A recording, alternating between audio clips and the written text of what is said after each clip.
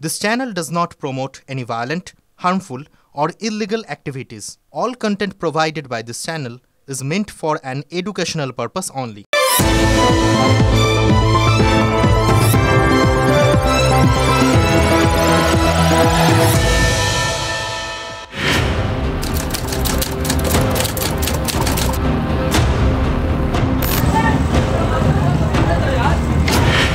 দোলের দিন দিনে দুপুরে মফস্বলের একটা রাস্তায় এক যুবককে ছুরি দিয়ে কোপাচ্ছে আর এক যুবক।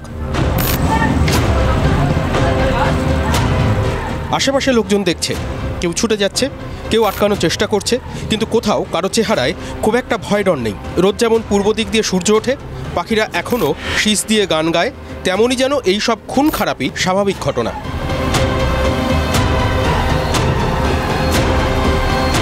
টিটাগড়ে দোলের দুপুরে যুবক খুনে অভিযুক্ত ধরা পড়েছে। নিহত যুবকের মা অবশ্য আইন, আদালত, পুলিশে খুব একটা ভরসা রাখছেন না। বলছেন,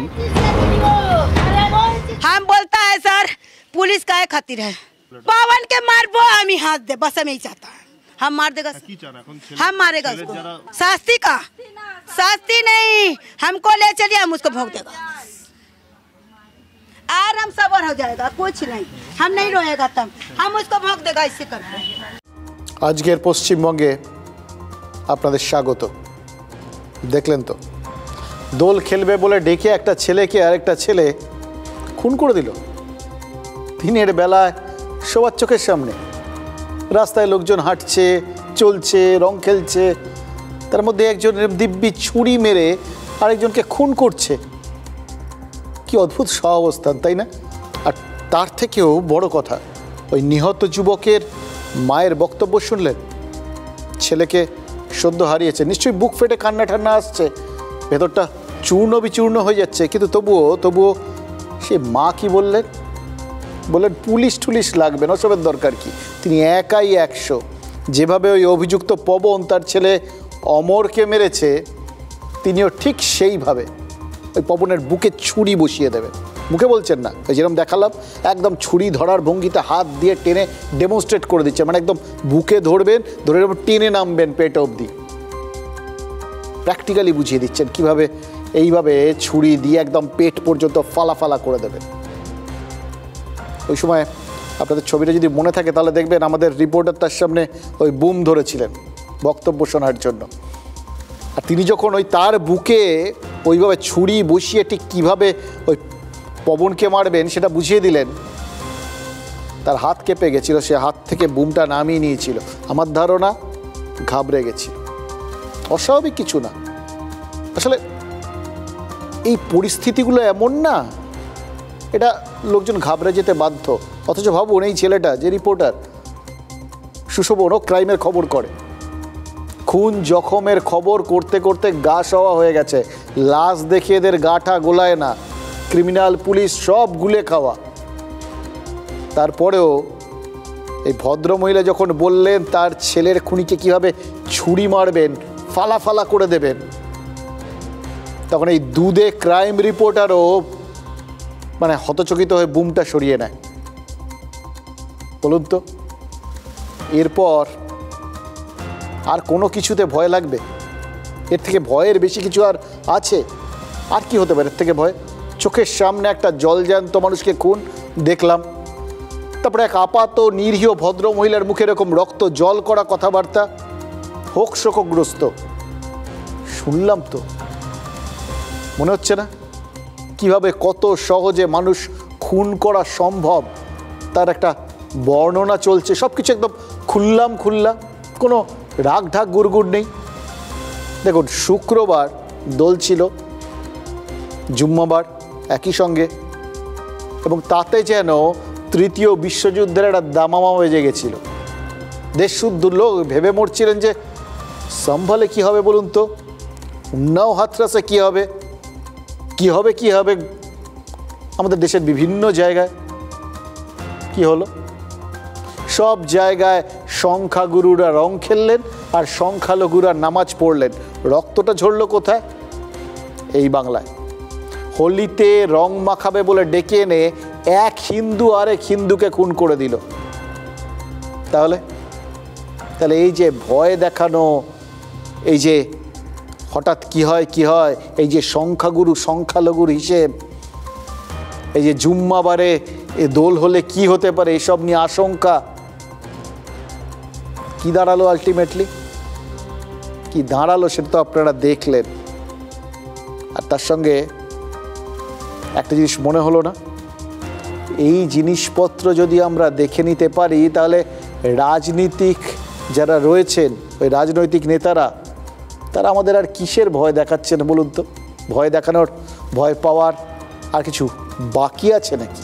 আপনারা কেউ ভাবেন না যে শুভেন্দু অধিকারী দল পরিবর্তন করেছে বলে হিন্দুত্বের কথা, সনাতনের কথা বেশি করে বলছে, তা নয়।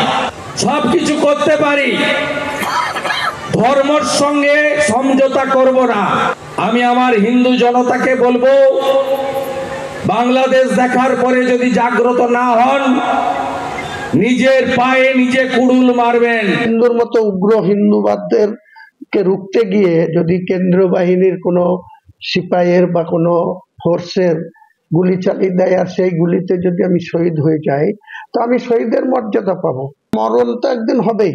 তো কেন্দ্রীয় বাহিনীর গুলি খেয়ে যদি মরতে হয়, মরে যাব, কোনো অসুবিধা নেই, হাসি মুখে মৃত্যুবরণ করবো। শুভেন্দু অধিকারীর সঙ্গে থেকে আমি রেজিনগরের উপর দিয়ে, বেলডাঙ্গার উপর দিয়ে এই বহরমপুরে আনবো। বেলডাঙ্গায় চা খাবেন।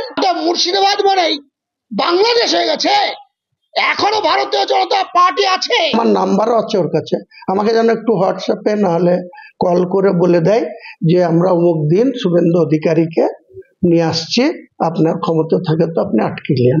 তারপরে শুভেন্দু অধিকারী আসবে না হুমায়ুন কবির কোথায় থাকবে, আর সাখারাপ সরকার কোথায় থাকবে? সাখারাপ সরকারকে দড়া দিয়ে বাঁধবো, রশি দিয়ে বেঁধে গাড়ির পিছনে হুঁকে লাগাবো, দিয়ে আমি নিজে ড্রাইভিং সিটে বসে ছেঁচড়িয়ে গেদে বর্ডারে দিয়ে আসবো।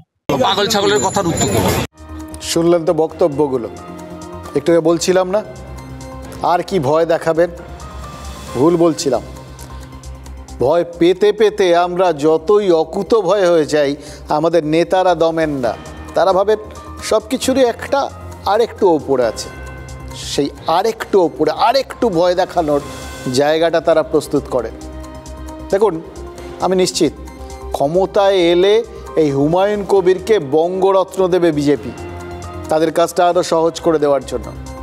হুমায়ুন বলছেন যে তিনি ধর্মের জন্য লড়বেন, লড়ে একদম শহীদ হয়ে যাবেন, মৃত্যু এর নিচে কেউ কোনো কথা বলেন না। মরাটা একটা খুব সহজ স্বাভাবিক ব্যাপার হয়ে গেছে, সবাই উদাহরণটা দেন ওই অবধি টেনে। বললাম শুরুটা যেটা দেখিয়েছি মনে রাখবেন, আজকে সারাদিন মনে রাখবেন, পুরো যতক্ষণ বলবো দেখবেন কোথাও না কোথাও গিয়ে মৃত্যুটা আমাদের এখানে কি সহজ হয়ে গেছে। আর শুভেন্দু অধিকারী কি বলছেন? বলছেন তিনি ধর্মযুদ্ধে নেমেছেন, পরিষ্কার বলে দিচ্ছেন। দেখো, ধর্মের সঙ্গে মানে ধর্মকে নিয়ে আপোষ না করা মানে তো তার কাছে ধর্ম রক্ষা। এবার ধর্মকে রক্ষা করতে যে যুদ্ধই করতে হয় সেটাই তিনি পরিষ্কার করে দিচ্ছেন, মাঝামাঝি কিছু হয় না, যুদ্ধ। এবার ভাবুন, ধর্মযুদ্ধ মানে কি? ক্রুসেড। আর ক্রুসেড মানেই তো সেই লড়াই, সেই খুনোখুনি, রক্তারক্তি। সে তো এমনিই হচ্ছে, মানুষ মানুষকে ইচ্ছে মতো মেরে দিচ্ছে, এর থেকে বেশি আর কি হবে? দেখুন, বহু বছর আগের কথা, যখন সাংবাদিকতা এসছিলাম তখন থেকে শুনে এসছিলাম যে এই হিন্দু মুসলিম শব্দগুলো সহজে উচ্চারণ করো না, এড়িয়ে যেও। আমরা শিখেছিলাম ওই সংখ্যালঘু সংখ্যাগুরু বলতে, বলা যেত না হিন্দু মুসলিম, যেত তো, ছিল তো তখনও, বলতাম না। ওই বামফ্রন্ট সরকারের আমলে সাচার কমিটির রিপোর্ট পেশের পরেও এত মুসলিম মুসলিম করতে শুনিনি কাউকে। এখন যেটা হচ্ছে, এর জন্য যাবতীয় কৃতিত্ব শুভেন্দু অধিকারী বা হুমায়ুন কবিররা নিতেই পারেন, কোনো আপত্তি নেই, কারণ বিষয়টাকে এত খোলামেলা করে দিয়েছেন। সত্যি কথা বলতে কি, এই বিষয়টা দেখে মনে হচ্ছে এদের একটা সৎ সাহস আছে, জানেন তো। এরা ওই রাগ ঢাক গুড়গুড়ে বিশ্বাস করেন না। হয়তো দেখেছেন মানুষের এটাই তো এখন স্বাভাবিক প্রবৃত্তি। ওই যে দিনের বেলা কীরকম একজন আরেকজনকে ডেকে ইচ্ছে মতো খুন করে দিল, তার মাও ভাবছেন হয়তো শোকে কি বলছেন তার মানে গোটা ব্যাপারটার উপর কন্ট্রোল নেই, কিন্তু অবচেতনে তো আমরা সেটাই বলি যেটা কোথাও না কোথাও চেতনের মধ্যে ঢুকে থাকে। সেটাই তো বললেন সেটাও তো খুনেরই কথা। এবং কি নৃশংসতার সঙ্গে বলে।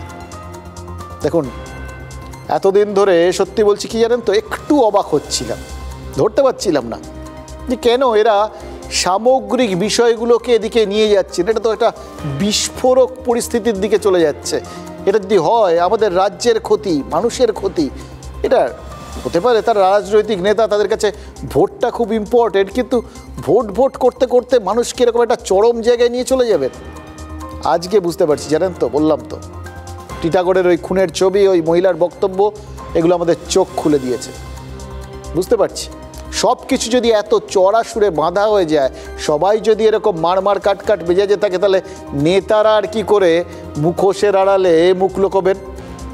কি করে তারা যেটা নন সেটা দেখিয়ে যাবেন? কাহা তোকার অভিনয় করা যায় বলুন তো? কাহা তোকার পেটে এক মুখে আর এক করা যায়? আলটিমেটলি তো কম্পিটিশনের মার্কেট, প্রতিযোগিতার বাজার, তো তাদেরও তো টিকে থাকতে হবে। তারপর তাদের কাজটা আবার ওই কমিউনিকেশন, মানে জনসংযোগ নির্ভর। কমিউনিকেশনের অনেক কিছু থিওরি আছে, জানেন তো? কমিউনিকেশন থিওরি কি বলে জানেন? বলে বার্তা, মানে বক্তব্যটা যত সোজা সাপটা সহজ সরল করে হবে, মানে কোনো ধানাই পাড়াই না করে স্ট্রেট কাট বলে দেওয়া হবে সোজা বাংলায়, লোকে তত সহজে বুঝবে।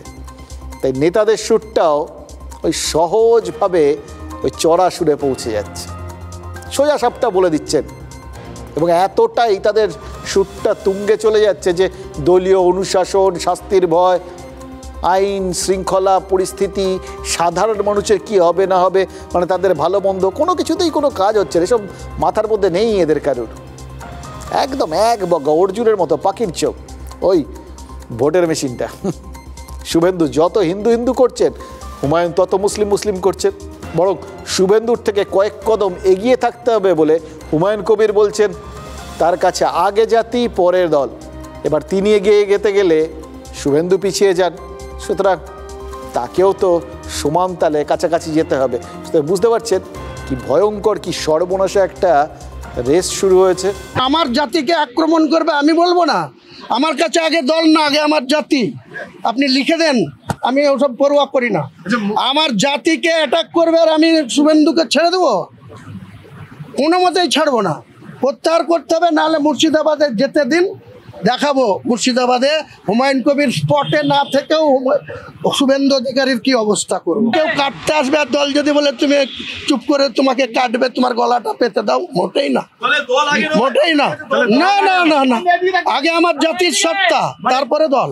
এই বক্তব্যটা শোনার পর না সবে ভাবতে শুরু করেছিলাম যে এবছরের সেরা সাহসীর পুরস্কারটা হুমায়ুন কবিরকে দেওয়া যায় কিনা। দলের থেকেও তার কাছে জাতি বড়, এরকম একটা স্বীকারোক্তি, এটা তো একটা বিরাট বড় একটা মিস্ট্রির সমাধান করে দিলেন তিনি। ওই যে সে ডিম আগে না মুরগি আগে, এটার কেউ এখন অবধি সমাধান করতে পারেনি, তিনি কিরকম সহজ সরলভাবে বুঝিয়ে দিলেন। এত বড় একটা সমাধান সূত্র যিনি আবিষ্কার করলেন এবং সাহস করে বলেও দিলেন, তাকে পুরস্কার দেওয়া উচিত। এটা নিয়ে তো কোনো সংশয় থাকা উচিত না। পুরস্কারটা কে তার হাতে তুলে দেবে এটাই ভাবছিলাম। কি দেখলাম জানেন, ভরতপুরের বিধায়কের কপালে পুরস্কার নয় তিরস্কার জুটেছে। কেন তিনি এই কথা বলেছেন তা জানতে চেয়েছে শোকজের চিঠি পাঠিয়ে দিয়েছে দল, হুমায়ুনের দল তৃণমূল কংগ্রেস। এবার তৃণমূল শোকজ করেছে, এটা শোনার পর সবার আগে আপনাদের মনে কি আসবে? সবার আগে আপনাদের মনে তো এটাই আসবে যে আচ্ছা, এই শুভেন্দু অধিকারী তো তৃণমূলের চক্ষুসুর, তো সেই শুভেন্দুর বিরুদ্ধে হুমায়ুন কবির যদি নিজের জাতিসত্তার প্রশ্ন তুলে পাল্টা আক্রমণ করে থাকেন, তা তো ভোট রাজনীতির অঙ্কে তৃণমূলকে সুবিধে করে দেওয়ারই কথা। ডিভিডেন্ড দেবে নিশ্চয়ই, লাভ হবে। তাহলে হুমায়ুনকে কেন শোকজ করার রাস্তায় হাঁটলো তৃণমূল? প্রশ্নটা জটিল, কিন্তু উত্তরটা পরিষ্কার এবং সহজ। বিজেপি সোচ্চার এই হিন্দুত্বের রাজনীতিকে নিয়ে, এটা তো সবাই দেখতে পাচ্ছেন, তার প্রভাব দেখতে পাচ্ছেন। বিশেষ করে এই বাংলাদেশের ঘটনাবলীর পর সেটাকে তো আর অস্বীকার করা সম্ভব হচ্ছে না রাজ্যের শাসক দলের পক্ষে। তাই মমতা বন্দ্যোপাধ্যায়কেও পরিসংখ্যান দিয়ে বলতে হয়েছে তৃণমূলও ৭৯% হিন্দুকে টিকিট দেয় ভোটে। মুসলিম ভোট চাই, কিন্তু হিন্দু ভোটও তো চাই, সেটা না হলে তো চলবে না। তো এটাকে আজ করেই সম্ভবতই শোকজের রাস্তাটা নিয়েছে রাজ্য শাসক দল। আর এটাও হয়তো ভাবতে পারে যে দেখুন, সবাই যদি নিজের ইচ্ছে মতো এরকম ব্যক্তিকেন্দ্রিক চিন্তাভাবনা করে, নিজেরা খেটটা গোছান, তাহলে তো পুরোই নিজের মতো করে সবাই আলাদা আলাদা হয়ে গেলে দলটাই ছত্রাকখান হয়ে যাবে। সেটাই বা একটা দল মানে কি করে? সবাই সবার জন্যই একটু তো বার্তা দেওয়া দরকার। সে যাই হোক, কোনো একটা চিন্তাভাবনা এর মধ্যে আছে। এবার তৃণমূল এক পাতার চিঠি পাঠিয়েছিল, হুমায়ুন কবির 2 পাতার উত্তর পাঠিয়েছেন। তৃণমূলের শৃঙ্খলা রক্ষা কমিটি 31 সেকেন্ডের ভিডিও পাঠিয়ে জানতে চেয়েছিল যে এই কথাগুলো তিনি বলেছেন কিনা, বলে ঠিক করেছেন কিনা। এবার এরই উত্তরটা দিয়েছেন আর কি হুমায়ুন কবির। এবার চিঠিতে কি লিখেছেন না লিখেছেন জানি না, কিন্তু ভরতপুরের বিধায়ক TV9 বাংলাকে যা বলেছেন তা যদি সত্যি হয়, তাহলে তো তিনি সুযোগ পেয়ে সেই কথাগুলোই আরেকবার রিপিট করে দিয়েছেন, যে কথাগুলো বলার জন্যই তাকে শোকজ করেছিল তৃণমূল। অর্থাৎ এখনও তার কাছে আগে জাতি পরে দল, আগে তিনি মুসলিম, পরে তিনি তৃণমূল কংগ্রেসের বিধায়ক। তার মানে আমরা যদি ধরে নিই হুমায়ুন সরাসরি তৃণমূল নেতৃত্বকে চ্যালেঞ্জ করছেন, তাহলে কি ভুল ধরা হবে? আরেকটা কথা, তিনি যে এই মুর্শিদাবাদের মতো সংখ্যালঘু প্রধান এলাকার নেতা, সেখানকার বিধায়ক, এটা কি শুধু বাংলার বিজেপি নেতাদেরই স্মরণ করাতে চেয়েছেন হুমায়ুন, নাকি ভরতপুরের বিধায়ক তার দলকেও মনে করিয়ে দিয়েছেন যে তিনি কে এবং তাকে ছুলে কত ঘা? আর চিঠিতে কোথাও আমি এই বক্তব্য বলার জন্য দুঃখ প্রকাশও করিনি, ভবিষ্যতেও করব না। আমার কাছে আগে আমার জাতি, তারপরে আমি দলের MLA। অনেক রাজনৈতিক ব্যক্তি বলে তোষামোদ করে যে আগে আমি দলের অনুগত সৈনিক, তারপরে আমি ব্যক্তি। আমি বলছি এটা আমি বলতে পারবো না, কারণ আমি যখন আমার ডেট অফ বার্থ 3 জানুয়ারি 1963, আমি যখন জন্মেছি তখন তৃণমূলের কোনো অস্তিত্ব ছিল না পৃথিবীতে। আমি একজন মুসলিম মায়ের পেটে জন্মেছি আর মুসলিম পিতার ঔরসে জন্মেছি। আমার জীবন বেঁচে থাকতে আমি এই দ্বিচাচারিতা করতে পারবো না। আমার ধারণা মুখ্যমন্ত্রী ওনাকে দিয়ে বলান, আর বাইরে ওনার বিরুদ্ধে যতটুকু না বললেই নাই ততটুকু বলে, এটা দুজনের নাটক। আমি হুমায়ুন কবির, আমি একাই 100 এবং মুর্শিদাবাদের আম জনতা আমার সঙ্গে আছে। আমি কারিগর, MLA MP তৈরি করার কারিগর, আমি সেখানে নেতৃত্ব দিয়ে। একটা জিনিস ভাবছিলাম জানেন তো, মানে হুমায়ুন কবির আমাদের ক্যামেরার সামনে যেটা বললেন, মানে ওই বন্ধ লেফাফায় ওই চিঠিতে তিনি যা লিখেছেন তার একটা ইঙ্গিত দিয়ে দিলেন। আচ্ছা, এটাও তো একটু সিক্রেট থাকা উচিত, তাই না? তো এটাকেও পাবলিক করে দিলেন, তাহলে এর জন্য আবার দল তার বিরুদ্ধে কোনো শৃঙ্খলা রক্ষার ব্যবস্থা নেবে না তো? সেটা তাদের দলের ব্যাপার। যাই হোক, আমি নিশ্চিত এরকম মানুষকে সামনে পেলে পৃথিবীর যে কোনো লালমোহন গাঙ্গুলি, মানে জটায়ু আর কি, কাল্টিভেট করতে চাইবেন। তবে লালমোহন গাঙ্গুলি বা জটায়ু নয়, আমার মনে পড়ছে একটা সিনেমার কথা। যত দেখছি এই হুমায়ুন কবিরকে, তত এই সিনেমাটার কথা মনে পড়ছে, জানেন তো, there is a bomb in the bus, বাসের মধ্যে বোম রয়েছে। ওখানে কেনু রিভস পুলিশ বাঁচাতে এসেছিলেন, মহা সমস্যায় পড়েছিলেন। ওই ভিলেন বাসে এমন একটা বোম লাগিয়ে দিয়েছিল যে বাসের স্পিডটা 50 মাইলের নিচে নামলেই বোমটা ফেটে যাবে। অথচ শহরের মধ্যে টানা ওই স্পিডে বাস চালাতে গেলে যখন তখন আবার অ্যাক্সিডেন্ট ঘটবে। স্পিড সিনেমা, কি অদ্ভুত উভয় সংকট ভাবুন তো। দেখে মনে হচ্ছে না হুমায়ুন সারা গায়ে ওরকমই বিস্ফোরক জড়িয়ে আর হাতে রিমোট কন্ট্রোল নিয়ে তৃণমূলের মাঝখানে এসে দাঁড়িয়েছেন। সিদ্ধান্ত পছন্দ না হলেই বোম, জাস্ট বোতামটা টিপে দেবে, বুম, কেন সংখ্যালঘুদের জন্য শহীদ হয়ে গেলেন। এবার সেই বার্তা যদি আসে, তাহলে তৃণমূল কি করবে? কোনো ব্যবস্থা নেবে? এটা কিন্তু একটা সব থেকে ইন্টারেস্টিং বিষয় হয়ে দাঁড়িয়েছে। খেয়াল করে দেখুন দুদিক থেকে। প্রথমত, হুমায়ুনের বিরুদ্ধে তৃণমূল যদি কোনো ব্যবস্থা নেয়, তাহলে কি প্রচার হবে? প্রচার হবে মুসলিমদের হয়ে কথা বলেছেন বলেই তৃণমূল হুমায়ুনকে শাস্তি দিল। এবার যে 30% সংখ্যালঘু ভোটের প্রায় পুরোটাই তৃণমূল কংগ্রেস পায়, সেই 30%-এর ভোট ব্যাংক তাহলে মনে করতে পারে এই এতদিন তাদের প্রতি যে সহানুভূতি দেখিয়েছে তৃণমূল, তা সবটাই লোক দেখানো, সবটাই নাটক, বরং উল্টোটাই শক্তি। হয়তো ভোটের জন্য এটা করা হচ্ছিল, সেজন্যই হয়তো ওই বিজেপির আক্রমণের জবাব দিতে গিয়ে মমতা বন্দ্যোপাধ্যায় বলেছেন তার বাড়ির যেদিকে শিব মন্দির সেই দিকের দেওয়ালে মাথা ঠেকিয়ে তিনি ঘুমন, বাড়িতে কালী পুজো করেন, অথবা ৭৯% হিন্দুকে তিনি টিকিট দেন। এটাই আসলে মনের কথা। এইটা মানে এই কথাগুলো যদি সংখ্যালঘুরা বিশ্বাস করতে শুরু করেন, তাহলে তো তৃণমূলের ভোট ব্যাংকে ভাঙন ধরা অবধারিত, বড় ক্ষতি। যে ভোট ব্যাংকটা হাজার চেষ্টা করেও বাম, কংগ্রেস বা বিজেপি ভাঙতে পারছে না, তাহলে দেখুন সেই ভোট ব্যাংকটা একাই হুমায়ুন কবিরের জন্যই ভেঙে যেতে পারে। আবার দেখুন, তৃণমূল যদি হুমায়ুনের বিরুদ্ধে কোনো ব্যবস্থা না নেয়, তাহলেও তো বিপদ। ফের অভিযোগ উঠবে সংখ্যালঘু তোষণে, আর তার প্রভাব পড়বে ওই সংখ্যাগুরু ভোটের ওপর, যাদের বার্তা দেওয়ার জন্যই অতগুলো কথা বলতে হয়েছে। ওই কত শতাংশ হিন্দুকে টিকিট দেওয়া হয়, এই সমস্ত বলতে টলতে হয়েছে। এবার বিজেপি তখন কি বলবে? তখন বিজেপি বলবে ওই সমস্ত শৃঙ্খলা রক্ষা টক্ষা সব লোক দেখানো। আসলে তৃণমূল নেতৃত্বই হুমায়ুনের মুখ দিয়ে কথাগুলো বলিয়ে নিয়েছে। তিনি দলকে, তারপরে বুঝতে পারছেন কীরকম একটা জটিল মোড়ে এনে দাঁড় করিয়ে দিতে পেরেছেন। ৪-৫ থেকে পুরো গাড়ি ঘোড়া এসে জ্যাম লেগে গেছে, এরকম একটা ব্যাপার। একটা ব্যস্ত মোড়ে যদি জ্যাম লাগিয়ে দেওয়া হয়, তাহলে যা হয় এই তৃণমূলের সেই পরিস্থিতি। এবার এই রকম একটা পরিস্থিতিতে দলকে যে এনে ফেলতে পেরেছেন, সেখান থেকে তো বেরোতে গেলে রাস্তা পাওয়াটাই মুশকিল। মানে বুঝতে পারছেন, এখন এই রকম পরিস্থিতিতে হুমায়ুনের বিরুদ্ধে ব্যবস্থা নিতে গেলে দলকে 10 বার ভাবতে হবে। নিয়ে হয়তো একটা সিদ্ধান্ত নিতে হবে, কিন্তু সেই সিদ্ধান্তটা মরিয়া সিদ্ধান্ত হবে কিনা, বা লাভ ক্ষতির অঙ্কে যে অঙ্কটাই কষা হোক না কেন, সেটা যদি একদম ঠিক অঙ্ক কষছেন, অতটা কনফিডেন্ট কি কোনো দল হতে পারবে? এটা বুঝেই কি এই ভরতপুরের তৃণমূল বিধায়কের মনেতে শুরু করেছে যে তার মার্কেট ভ্যালু বেশ চড়া। সেই জন্য কি বলছেন যে প্রয়োজনে ভবিষ্যতে তিনি অন্য দল করার কথা ভাববেন।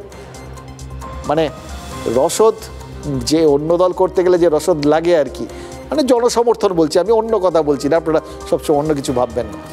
তো সেটা তার জোগাড় হয়ে গেছে, তার ফিক্সড ডিপোজিট হয়ে গেছে। এরই ভাবছেন কি? দেখুন, এমনিতে বেশি দিন একই দল না করার অভ্যেস হুমায়ুনের আছে। কংগ্রেস থেকে তৃণমূল, তৃণমূল থেকে আবার কংগ্রেস, আবার কংগ্রেস থেকে বিজেপি, বিজেপি হয়ে আপাতত তৃণমূল। যাতায়াতের ব্যাপারে খুব ফ্লুইড, সাবলীল, এখান থেকে ওখানে চট করে চলে যান। কিন্তু এখন যে তৃণমূল করছেন, কতদিন করবেন সেটাও বলেছেন। সেটা জানার জন্য আগামী জানুয়ারি মাস পর্যন্ত অপেক্ষা করতে বলেছেন হুমায়ুন কবির।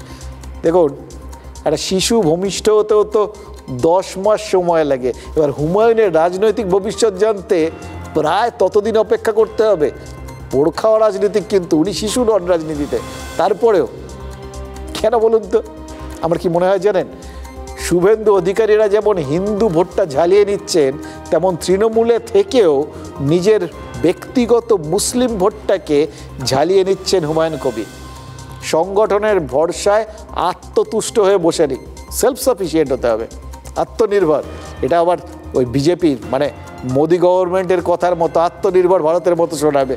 এবার তিনি সেটাতেই উদ্বুদ্ধ কিনা কেউ জানেন না। ছিলেন তো মাঝখানে বিজেপিতে, হতেও পারে। কিন্তু যাই হোক, এটা তো পরিষ্কার তিনি নিজের মতো করে টোপ ফেলেছেন, এবং জানেন, কনফিডেন্টলি জানেন, আলটিমেটলি মাছ সেই টোপ খাবেই খাবে। এখন শুধু অপেক্ষা করে বসে থাকা। ওই যারা খুব ভালো মাছ ধরতে পারেন, তারা যেরকম করেন সেই রকম। ইতিমধ্যে তৃণমূল যদি তার বিরুদ্ধে কোনো ব্যবস্থা নেয় বা তাকে ভোটের টিকিট না দেয়, তাহলে তিনি ওই মাছ সমেত পুরো ছিপ নিয়ে যে অন্য পুকুরে চলে যাবেন, নিজের পক্ষে নির্দল হিসেবে ভোটের পুকুরের ধারে গিয়ে বসবেন, সেটাও তো পরিষ্কার করে দিয়েছেন। এবার সেটা বলতে পারছেন বা পরিষ্কার করতে পারছেন কেন? কারণ তার মাথায় তো রয়েছে মাছটা, সেটা তো আসলে ধরাই আছে। তৃণমূল কংগ্রেসের বিধায়ক আছি। তৃণমূল কংগ্রেস যদি আমাকে 2026-এর নির্বাচনে কোথাও লড়ার সুযোগ দেয়, তাহলে নিশ্চয়ই নেত্রীর সেই সম্মানে, নেত্রীর সেই অনারে আমি ভোটে লড়ব। যদি সেটা না দেয়, যদি কিন্তু জবাব যখন এটা হবে না, দেবে না, তখন আমি এইটুকু বলতে পারি, কার হয়ে লড়বো, কার সঙ্গে অ্যাডজাস্টমেন্ট করে লড়বো, না আমি নিজেই দল খুলে লড়বো, সেটা 2026-এর জানুয়ারি মাসেই আপনাদেরকে ঢাক ঢোল পিটিয়ে জানিয়ে দেবো। দেখুন, নেতা নেত্রীরা যা বলেন পুরোটাই ভোট নির্ভর, অঙ্ক কষে বলেন, কিন্তু এই অঙ্কের বাইরে একটা জায়গা থাকে জানেন তো, বাস্তব। একটু বাস্তবের কথা বলি আপনাদের। হুমায়ুন কবিরের নির্বাচনী কেন্দ্র ভরতপুরেই একটা ঘটনা ঘটেছে জানেন তো। একটা বাচ্চা ছেলে বোমাকে ফুটবল ভেবে খেলতে গেছিল, বোমা ফেটে গেছে যথারীতি, আহত হয়েছে বাচ্চাটা। এবার বোমাটা বানানো হয়েছিল কেন? নিশ্চয়ই কাউকে মারার জন্য। বোমাটা ফাটলো কেন? এটা ছোট্ট ভুলে। এবার প্রশ্নটা অন্য জানেন তো, বোমাটা ফাটার আগে কি বাচ্চাটাকে জিজ্ঞেস করেছিল সে মুসলিম না হিন্দু? করেনি তো। তার ফাটার কথা ছিল, ফেটে গেছে। এই যে রাজনৈতিক নেতারা, তারাও তো বোমাই বাঁধছেন, সাম্প্রদায়িকতার বোমা। সেটা যদি ফাটে, কার ভুলে ফাটবে? তখন সেটা বিচার করতে বসবেন। সেটা ফাটলে কোথায় ফাটবে সেটা ভাবতে বসবেন। আরে ফাটলে তো ফাটবে আপনার আমার মাঝেই। আর ফাটার সময় ভাববে নাকি যে সামনে নেতার ঘর আছে নাকি সাধারণ মানুষের ঘর?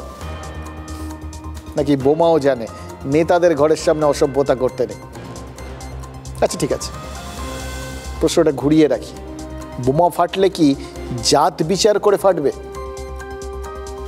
দেখুন, এটা যখন ভাবছিলাম না, ভাবতে ভাবতে সোশ্যাল মিডিয়ার একটা রসিকতার কথা মনে পড়ে গেল। বিশেষ করুন মানে এই রকম পরিস্থিতিতেও এরকম একটা বিষয় নিয়ে কথা বলতে গিয়েও যে রসিকতার কথা মনে পড়ে যাচ্ছে, তার কারণ রাজনৈতিক নেতারা আমাদের আস্তে আস্তে সমস্ত কিছুতে অভ্যস্ত করে দিচ্ছেন একদম। আর লোকের না, ওই বললাম, ভয় পেতে পেতে অকুত ভয় হয়ে গেলে লোকে একদম ডেয়ার ডেভিল হয়ে যায়, বিন্দাস। আমরাও প্রায় সেরকম জায়গায় পৌঁছে গেছি। যাকে রসিকতাটা বলি, একটা প্রশ্ন আর উত্তর। প্রশ্নটা খুব সিম্পল। ফিল্ম স্টার আর রাজনৈতিক নেতার মধ্যে ফারাক কোথায়? উত্তরটা কি দিয়েছেন একজন জানে? ফিল্ম স্টাররা নাকি একজন আরেকজনের সঙ্গে দেখা হলেই ওরে বাপরে একদম কতদিনের প্রিয়জন বলে জড়িয়ে ধরেন, বিরাট দেখনদারি করেন, কিন্তু তলায় তলায় একজন আরেকজনকে দু চক্ষে দেখতে পারেন না, কেউ কাউকে দেখতে পারেন না। ব্যক্তিগত সম্পর্ক বলে নাকি কিচ্ছু নেই। আর রাজনৈতিক নেতারা, তারা সর্বসমক্ষে একে অপরের সাথে বিরাট বিরোধের ভাব করেন, একে অপরকে তেরে গালাগাল দেন, কিন্তু তলায় তলায় সব রাজনৈতিক নেতাদের মধ্যে নাকি একেবারে গলায় গলায় ভাব। মাঝখান থেকে ভোটাররাই শুধু ভেবে মরে। তাহলে এটাই যদি বাস্তব হয়, এটাও তো ভাবতে পারেন, তাহলে ভোটটা কাকে দেবেন, একে না ওকে, এই সমস্ত ভেবে কোনো লাভ আছে নাকি? আর দিলেই বা কি, দেওয়ার পর যাকে দিলেন সে কালকে কোন দলে থাকবে সেটাও তো জানেন না। আর সেটাই তো হওয়া স্বাভাবিক, কারণ এ বা ও আসলে সবাই যে সমান, একই মুদ্রার এপিঠ ও পিঠ সবই তো সমান, তো যাকেই দিন একই ব্যাপার। এটাই না ভোটাররা বোঝে না, অথচ বুঝিয়ে দেওয়ার মতো মানে ইঙ্গিত, হিন্ট আমাদের নেতারাই কিন্তু আমাদের দিয়ে দেন। কোন হিন্ট, কোন ইঙ্গিতের কথা বলছি না, সেটা বোঝাতে গেলে আরও কিছু কথা বলে আপনাদের বোঝাতেই হবে, যে কথাগুলো আজ না বললেই না।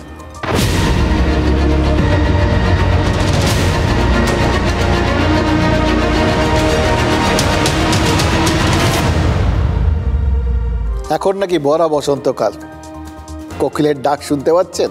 অবশ্য গাছ কই যে কোকিল থাকবে, আর যে কটা আছে সেগুলো বোধহয় গলা শুকিয়ে মরছে, কারণ চচ্চর করে তো পাড়া বাড়ছে। এই মার্চের শুরু, প্রায় 40 পার হয়ে গেছে।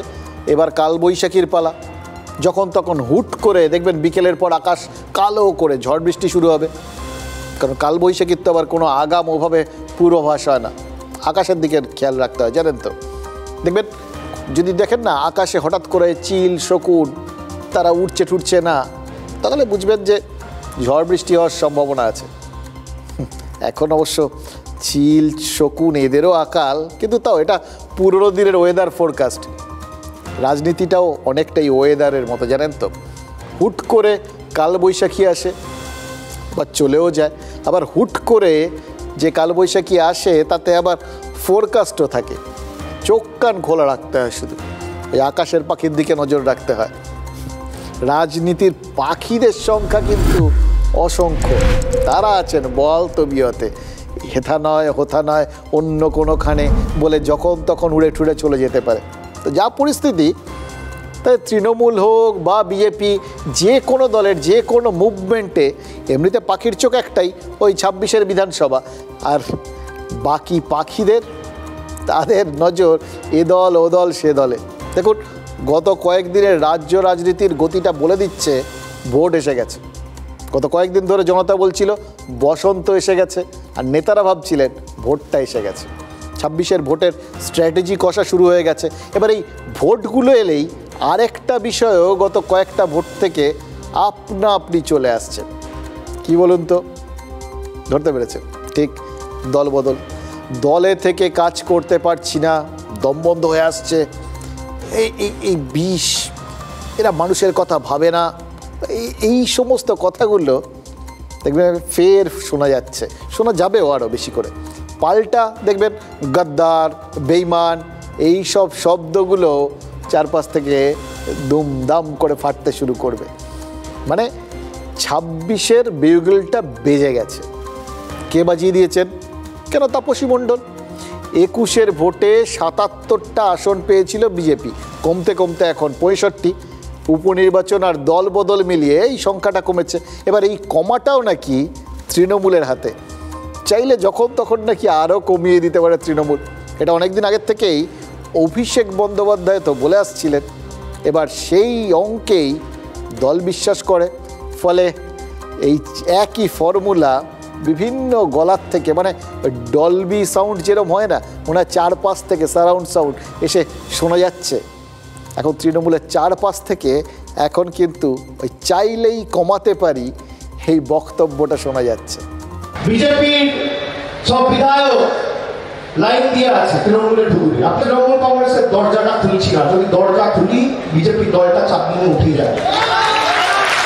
আপনারা তো দেখছেন নির্বাচিত সাংসদ, প্রতিনিধি, বিধায়ক সব লাইন দিয়ে দাঁড়িয়ে আছে, আমরা দরজা বন্ধ করে রেখেছি। অভিষেকের এই বক্তব্যটা 2021-এর বিধানসভা জয়ের পরে এই হুঁশিয়ারিটা দিয়েছিলেন তিনি। হুঁশিয়ারি আরও একটা দিয়েছিলেন, রদ বদলের হুঁশিয়ারি, সেটা দিয়েছিলেন গত বছরের 21শে জুলাইয়ের মঞ্চ থেকে। তারপর দেখুন তিলোত্তমা কাণ্ড, সেখান থেকে অভিষেকের অবস্থান নিয়ে বিভিন্ন জল্পনা কল্পনা, বিভিন্ন কারণে আর কি ব্যাপারটা ক্রমশ ডিলে হয়েছে। এদের বলে না ডিলেড বাট নট ডিনাইড, এটাও সেরকম, দেরি হয়েছে কিন্তু বাতিল হয়নি। দলের সঙ্গে দূরত্ব ওগুলো ওই জল্পনা স্তরেই রয়ে গেছে। অভিষেক ফের একটা লম্বা গ্যাপের পর আবার কিন্তু স্টিয়ারিংটা ধরার পজিশনে, এটা তো মনে হচ্ছে, এটাও ইঙ্গিত। দেখুন, অভিষেকের হাত ধরে শেষ দলবদল হয়েছিল ওই বায়রন বিশ্বাসের ক্ষেত্রে, মনে আছে আপনাদের? সাগরদিঘির কংগ্রেস বিধায়ক, জয়ের পর জার্সি বদল করিয়েছিলেন তো এই অভিষেকই। এবার অভিষেক যা বলেন আর যা ভাবেন মনে হচ্ছে দেরিতে হলেও করে ছাড়েন, জানেন তো, এটা একাধিকবার দেখেছি। এবার তার সেই দল বদলের গেট খোলার প্রক্রিয়াটাও কি অনেক দিন বাদে এবার ফের শুরু হতে চলেছে। অভিষেক অনেক দিন পর কিন্তু রাজ ধরার দিনেই অনেক দিন লাইমলাইটে না থাকা রবীন্দ্রনাথ ঘোষও ময়দানে নেমেছেন। ওই বললাম চারপাশ থেকে সারাউন্ড সাউন্ডের মতো তার বক্তব্যই অনুরণিত হচ্ছে। নাটাবাড়ি বিধানসভায় 11 থেকে টানা জিতে মন্ত্রী হয়েছিলেন, ডাকসাইটে মন্ত্রী ওখানে, কিন্তু গত নির্বাচনে মানে 21-এর বিধানসভায় হেরে গেছিলেন। তিনিও অভিষেকের মতো অনেক দিন পর শিরোনামে এলেন এবং সেটা পরিষ্কার করে দিয়েছেন। আজ দল বদলের অভিষেকের সেই বিয়োগেলের সুরটাই নিজের মতো করে বাজিয়ে দিয়েছেন এই অভিজ্ঞ রাজনীতিক রবিবাবু। অনেকগুলো উত্তরবঙ্গের বিভিন্ন জেলায় অনেকগুলো বিজেপির এমএলএ রয়েছে যারা আমাদের রাজ্য নেতৃত্বের সাথে তারা নিবিড় একটা যোগাযোগ রেখে যাচ্ছে এবং আমার ধারণা উত্তরবঙ্গের 10-11 জনের বেশি, সেটা 1 ডজনও হতে পারে, বিজেপি বিধায়ক তারা ঠিক নির্বাচনের আগে তারা কিন্তু দল পরিবর্তন করবে। এত সংখ্যায় তৃণমূল, একেবারে পঞ্চায়েত থেকে শুরু করে লোকসভা সব, তাতেও কিন্তু তৃণমূল স্বস্তি পাচ্ছে না, ভরসা পাচ্ছে না। আবার বিজেপির থেকে সরাসরি না আনলে বিজেপির পারপাস সার্ভ করা যায় না। একই বৃন্তে দুটো ফুল, না পোকা ধরা ফুল আমি জানি না, পোকা ধরা ফুল, মাথায় আরএসএস। দেখুন, এটা অনেকটা ওই সার্জিক্যাল স্ট্রাইকের মতো স্ট্র্যাটেজি, যাই বলুন। তো কেন বলছি? কারণ আছে। দেখুন, কয়েকদিন আগে মোহন ভাগবত বাংলায় এসেছিলেন, আপনারা জানেন। সমাবেশ কোথায় করেছিলেন? পূর্ব বর্ধমানে। 11 দিন ছিলেন। 11 দিনের সফরে পুরো মনোযোগ, কনসেন্ট্রেশনটা ছিল কোথায়? দক্ষিণবঙ্গে। ওখানেই ফোকাস। তাহলে উত্তরবঙ্গের কি হলো?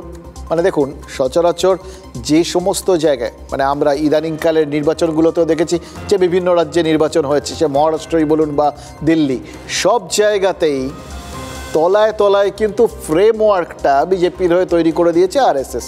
এটা সবাই জানেন। এবার এখানেও এসে দক্ষিণবঙ্গে দলের জন্য কি ব্যবস্থা করে দিল আরএসএস, সেই জন্য কি ফোকাসটা এখানে। এবার দলের দক্ষিণবঙ্গে অবস্থা যে খুব ভালো না সেটা সবাই জানেন, কিন্তু উত্তরবঙ্গে বিজেপির অবস্থা ভালো বলেই কি একটু হালকা দিলেন? এবার দেখুন, তার মানে একটা কোথাও ভাবনা চিন্তা আছে যে উত্তরবঙ্গে ঠিক আছে, ওটা পকেটে আছে। এটা খেয়াল করেই কি ওই উত্তরবঙ্গ থেকেই দলবদলের খেলাটা শুরুর ভাবনা চিন্তা করছে তৃণমূল। সার্জিক্যাল স্ট্রাইক, এটাও ঠিক। দেখুন, বিপক্ষের লোক ভাঙাতে হলে তো সেখান থেকেই ভাঙাতে হবে, যেখানে লোক আছে। যেখানে নেই সেখানে আর কি ভাঙাবেন? দেখুন, রাজনীতিতে কোনো কিছু কিন্তু এমনি এমনি হয় না, একটা নির্দিষ্ট অঙ্ক থাকে। আজ আপনাদের কয়েকটা অঙ্ক দেখাবো, একদম সহজ সরল অঙ্ক। দেখবেন এই হিন্দু মুসলমান আর দলবদলের ব্যাপারটা পুরো বলে না জলবত্তর লগ, একদম সেরকম হয়ে যাবে। এই যে শেষ বিধানসভা আর শেষ লোকসভায় তৃণমূলের তো জয় জয়কার হয়েছে। একমাত্র সত্যি কথা বলতে কি ওই সাম্প্রতিককালে 19-এর লোকসভা ছাড়া তৃণমূলের জয়ের মার্জিনে তেমন বড় কোনো ফাটল ধরেনি, বরং বিরোধীদের ফাটল বেড়েছে। এখানেই অঙ্ক কষার প্রয়োজন। দেখুন, 90% হিন্দু ভোটার আছে বাংলায়। এরকম আসন কটা দেখাচ্ছি আপনাদের? 49টা। এই 49টা হিন্দু ভোটার সর্বস্ব আসনে তৃণমূলের মোট আসন সংখ্যা কত? 27, বিজেপির 22। মানে গোটা 5 আসন ছাড়া একদম নেক টু নেক। এটাকেই টার্গেট করছে বিজেপি, কারণ এই 49টা হিন্দু সংখ্যাগরিষ্ঠ বিধানসভা আসনে তারা মনে করছে, বিশেষ করে এই বাংলাদেশ পরবর্তী পরিস্থিতিতে তৃণমূলকে ছাপিয়ে যাওয়ার পরিস্থিতি রয়েছে, তারা ছাপিয়ে যেতে পারে। আর এখানে যদি তৃণমূলকে ছাপিয়ে যেতে পারে তারা এই 49টা আসনেই, তাহলেই কিন্তু অঙ্ক বদলানোর চান্স রয়েছে। এই চান্সটা নিতেই শুভেন্দু অধিকারীরা অল আউট অ্যাটাকে গেছে। এবার পরের দুটো যে গুরুত্বপূর্ণ অঙ্ক, সে দুটোও মাথায় রাখুন। অঙ্ক নম্বর 1, 40 থেকে 50% মুসলিম ভোটার রয়েছে কটা আসনে জানেন? বাংলার মোটামুটি 74টা আসনে। বিধানসভার নিরিখে এই 74টা সংখ্যালঘু প্রধান আসনের মধ্যে তৃণমূল একাই 69। শুধুমাত্র মুর্শিদাবাদ আর বহরমপুরে জিতেছিল বিজেপি। কাজে মুসলিম ভোট ফ্যাক্টর এরকম 74টা আসন নিয়ে মাথা ব্যথাই নেই বিজেপির, জানেও করেও কিছু হবে না। যা মাথা ব্যথা সেটা যার আছে তার আছে, মানে শাসকের আছে। মানে বলে না যে হারানোর কিছু নেই, জয় করার জন্য মানে ওই বামেরা বলতো, অবশ্যই এটা বিজেপির জন্য বলাটা হয়তো বামেদের গায়ে লাগবে, বাট স্টিল রাগ করতে পারেন তারা, যে শৃঙ্খল ছাড়া শ্রমিক শ্রেণীর হারানোর কিছু নেই, জয় করার জন্য রয়েছে সমগ্র বিশ্ব। প্রায় সেরকম বিজেপির ওখানে হারানোর কিচ্ছু নেই, বরঞ্চ যা আসবে সেটাই বোনাস। হারানোর যেটুকুনি যা কিছু আছে সেটা তৃণমূলের আছে। এবার তহা সিদ্দিকি এরই মধ্যে মানে এই জায়গাগুলোতে পরিবহন মন্ত্রী স্নেহাশিস চক্রবর্তীকে নিশানা করে ওখানে ওই ভয়টা তো রেখে দিয়েছেন, ধরিয়ে দিয়েছেন। কারণ ওই আসনগুলোতে এর মধ্যেই পড়ে, সেখানে তহা সিদ্দিকি, পীরজাদা একটা ফ্যাক্টর তো বটেই। দেখুন, তহা সাহেব সচরাচর মুখ্যমন্ত্রী বা তৃণমূলের নামে রা কাটেন না, তার সঙ্গে তৃণমূলের ঘনিষ্ঠতা আছে বলেই সবাই বলে আর কি। একটা সময় বাম আমলে বাম শাসনের সঙ্গেও তার সুসম্পর্ক ছিল, তো সে যাই হোক। এবার সেই তহা সিদ্দিকী ফুরফুরার উন্নয়ন নিয়ে সরকারি টাকার ৯-৬-এর অভিযোগ করেছেন। ভয়ঙ্কর অভিযোগ। শুধু তাই নয়, এতে মুসলিমদের বঞ্চিত করা হচ্ছে বলেও তিনি অভিযোগ করে বসে আছেন। সোমবার এই পরিস্থিতিতে মুখ্যমন্ত্রী যাচ্ছেন ফুরফুরায়। পরিস্থিতিটা গণ্ডগোলের, এর মধ্যে তিনি যাচ্ছেন, তার মানে বুঝতে হবে পরিস্থিতি সামাল দিতেই যাচ্ছেন। এবং পরিস্থিতি কতটা গড়বড়ে হলে তবে মুখ্যমন্ত্রী যান, দলনেত্রী যান, সেটা একটু খেয়াল করে দেখুন। যাচ্ছেন তো অঙ্কের হিসেবেই, কারণ 25% বেশি মুসলিম রয়েছে এরকম 146টা আসনের মধ্যেও তৃণমূলের বিধায়ক সংখ্যা 131। এই অঙ্কটা গুলিয়ে গেলে চলবে না, এটা ফিক্সড ডিপোজিট। এবার মুখ্যমন্ত্রী যে যাচ্ছেন তার আগের প্রেক্ষাপটটা একটু খেয়াল করে দেখুন। একদিকে তহার উল্টোমুখী বার্তা, আর অন্যদিকে নওশাদ সিদ্দিকী, তিনিও কিন্তু ওখানকার পীরজাদা। এবার নওশাদ সিদ্দিকীর সাথে নবান্নে বৈঠক। এবার ওখানে গেলে এই যে মুসলিমদের জন্য সরকারি যে অনুদান বা যা কিছু, বা ওই ফুরফুরার উন্নয়নের জন্য যে সরকারি সাহায্য, সেটা এবার এক হাতে থাকবে না দু হাতে থাকবে, মানে কোথাও গিয়ে যেটা যাচ্ছে সেটাকেই আবার ব্যালেন্স করে নেওয়া হবে কি না, এবং তাতে নওশাদ সিদ্দিকী একটা গুরুত্বপূর্ণ ভূমিকা পালন করবেন কি না, সেটা তৃণমূল নেত্রী জানেন আর কি। কিন্তু আমরা এটুকুনি বুঝতে পারছি অঙ্কটা মেলানোর একটা চেষ্টা হবে। এবার অঙ্ক নম্বর 2, এই অঙ্কটাতেই উত্তরবঙ্গ এবং দলবদলের খেলা। দেখুন, 25% বেশি রাজবংশী ভোটার রয়েছে বাংলার 30টা আসনে। হিসেব বলছে এই 30টা আসনের মধ্যে মাত্র 9টা তৃণমূলের হাতে, বাকি 21টাই বিজেপি। এবার রবি ঘোষ এই অঙ্কেই উত্তরবঙ্গে দলবদলের বিউগেলটা বাজালেন, কারণ 25% থেকে 90% মুসলিম ভোটার অধ্যুষিত 100 আসনের 80 থেকে 90% আসনই তো তৃণমূলের গ্রিপে। কিন্তু উত্তরবঙ্গের রাজবংশী, তপশিলি এবং ওভারঅল হিন্দু অধ্যুষিত আসনে বিজেপি গিয়ে রয়েছে। এবার দেখুন বাকি মানে দক্ষিণবঙ্গের যে হিন্দু অধ্যুষিত অঞ্চলগুলো বা যে জায়গাগুলোয় সম্ভাবনা রয়েছে, সেই দক্ষিণবঙ্গে বিজেপির ফোকাস যতটা বেশি, যতটা তারা এই মুহূর্তে ঝাঁপাচ্ছেন, উত্তরবঙ্গে ততটা ঝাঁপাচ্ছেন না, হয়তো ভেবে নিচ্ছেন ওটা তো গ্রিপেই রয়েছে। তাই তৃণমূল নিজেদের শক্তিশালী এরিয়ার চেয়ে বিজেপির শক্তিশালী এরিয়াতেই ঝাঁপাতে চাইছে। কারণ নিজেদের শক্তির জায়গায় যদি বিজেপি সিট হারায়, তাহলে অন্য জায়গায় যদি বিজেপি, যাদের কিছু নেই, ওই বললাম জয় করার জন্য সমগ্র বিশ্ব ফলে কিছুটা পেলে অন্য জায়গা থেকে বিজেপির সেটা পজিটিভ লাভ, কিন্তু যদি নিজের জায়গায়, নিজের শক্তির জায়গায় উল্টো দিকে সিট হারিয়ে বসে থাকে, তাহলে অন্য জায়গায় সিট বাড়িয়েও লাভ হবে না। সেই গল্পটা মনে নেই কেসিনাগের? চৌবাচ্চায় একটা নল দিয়ে জল ঢুকছে, আরেকটা দিয়ে বেরোচ্ছে। তাহলে এই রকম একদিক দিয়ে ঢুকে আরেক দিক দিয়ে বেরিয়ে গেলে ওই চৌবাচ্চা যেরকম কোনো দিন ভর্তি হবে না, এটা সেই রকম অঙ্ক আর কি। এ নিয়ে কোনো রাগঢাকও করা হচ্ছে না। দেখুন, হিন্দু এবং রাজবংশী অধ্যুষিত কোচবিহারের 3 বিধানসভায় দলবদলের খেলা হবে, এটা তো ডিরেক্টলি বলে দিচ্ছেন রবিবাবু। কোচবিহারে কি কোনো বিজেপি বিধায়ক তৃণমূলে যোগ দিতে পারে? 3 জন বিধায়ক এখনও রয়েছে দীর্ঘদিন থেকে, তাদের সাথে কিন্তু একটা আলোচনা চলছে এবং তারা নিজেরাই আলোচনা করে ধীরে ধীরে ধীরে ধীরে এগিয়ে চলছে। দেখা যাক। দেখুন, কোচবিহারে রবীন্দ্রনাথ ঘোষ একটা নাম, তিনি অভিজ্ঞ নেতা এবং দাপুটে নেতা। এবার তিনি যখন বলছেন তখন ব্যাপারটাকে তো উড়িয়ে দেওয়া যায় না। কেন কোচবিহারের কথা আলাদা করে বললেন? পুরো জায়গাটা চেনেন বলে। এখানে একটা অঙ্ক আছে, যে 3টে অঙ্কের কথা বললাম, এটা সেই অঙ্কেরই পার্ট। দেখুন, কোচবিহারের একদিকে হিন্দু ভোটার, আরেকদিকে রাজবংশী, তপশিলি জাতি এবং উপজাতির হার মুসলিম ভোটের তুলনায় অনেক বেশি। হিন্দু ভোটারই সংখ্যাগরিষ্ঠ। মুসলিম ভোট কোচবিহার বা উত্তরবঙ্গে সার্বিকভাবে সংখ্যালঘুই, এটা আপনারা জানেন। এবার কোচবিহারের 9টা বিধানসভার 6 জন বিধায়কই বিজেপি। যে 3 বিধানসভা তৃণমূলের দখলে, সেগুলো ওই দিনহাটা, মেখলিগঞ্জ আর সিতাই।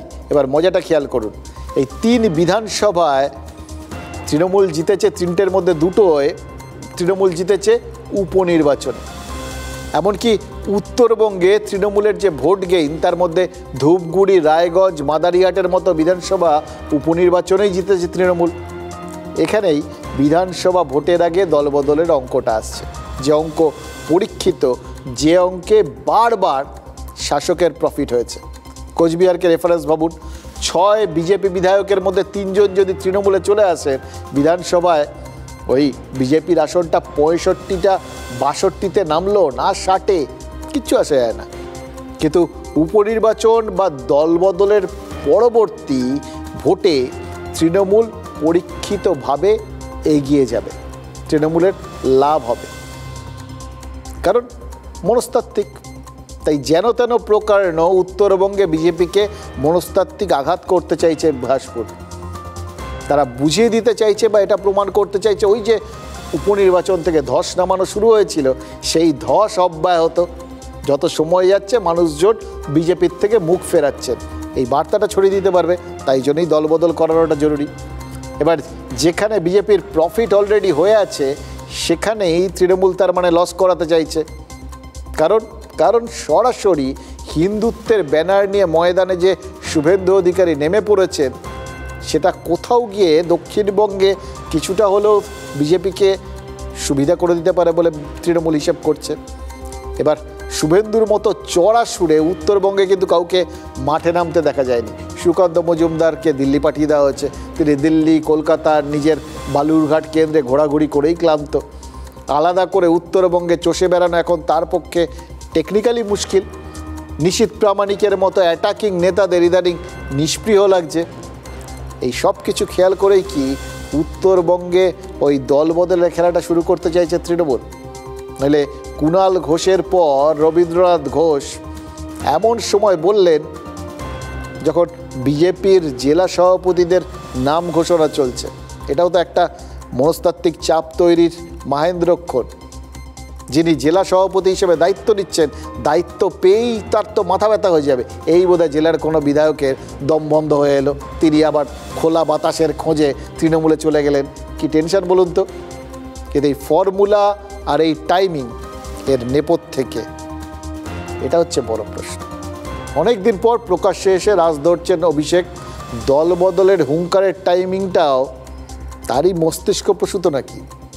এ ব্যাপারে হুমায়ুন কবিরের মতো নেতারা যখন আছেন তখন তো নিশ্চিত কোনো রাগঢাক গুড়গুড় করেন না, যা বলার বলে দেন। ফলে তার বক্তব্য শুনে আপনারাও খুব সহজে বুঝে নিতে পারবেন অ্যাকচুয়াল বিষয়টা কি।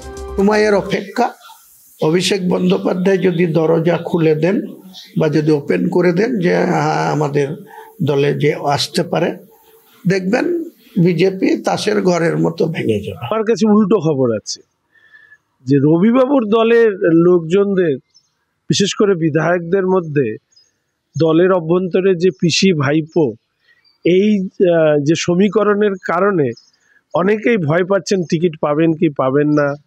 26-এ তৃণমূল সরকারের আসার সম্ভাবনা যেহেতু কম, ফলে এখন থেকেই বিভিন্ন জায়গায় ইট পাততে শুরু করেছে। দেখুন কার কথা বললেন হুমায়ুন কবির? অভিষেকের কথা।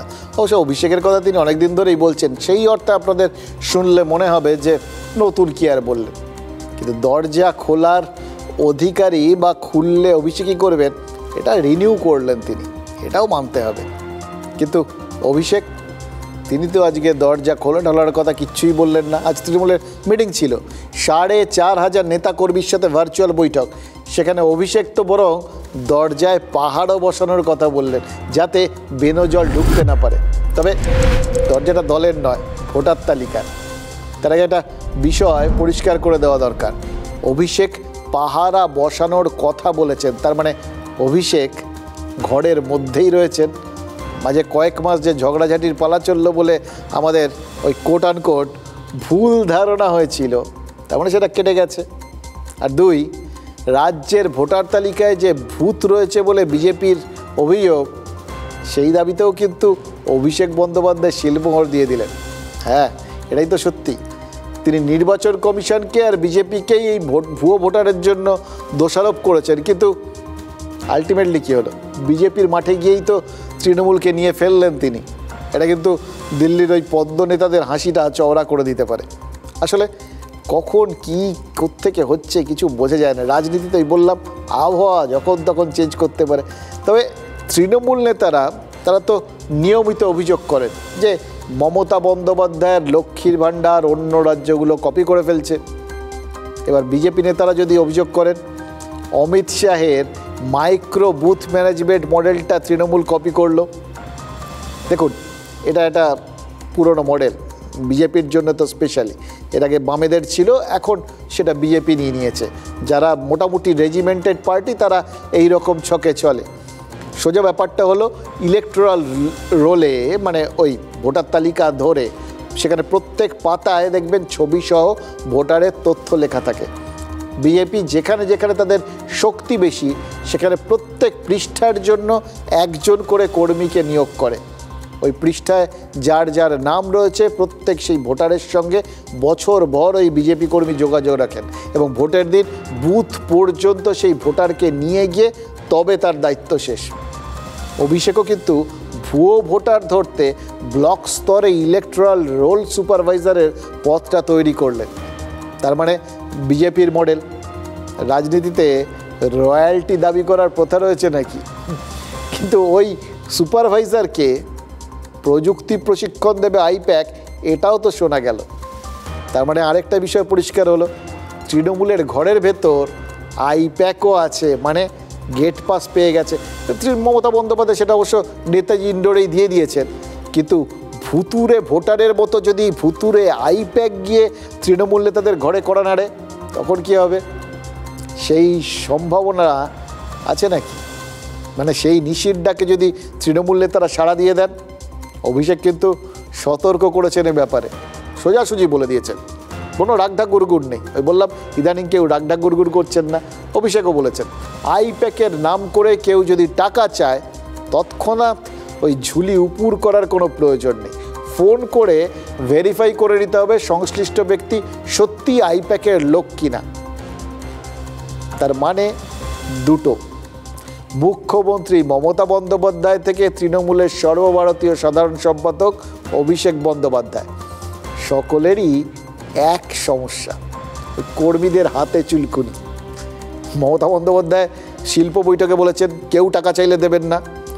অভিষেক কি বলেছেন? তিনিও বলেছেন কেউ টাকা চাইলে যাচাই করে নেবেন। আর এখানে একটু ফাঁক আছে, এখানে একটা ছোটো প্রশ্নও আছে। অভিষেকও তো মমতা বন্দ্যোপাধ্যায়ের মতো বলতেই পারতেন যে কেউ টাকা চাইলেই দেবেন না, কিন্তু যাচাই করার অপশানটা রেখে দিলেন কেন?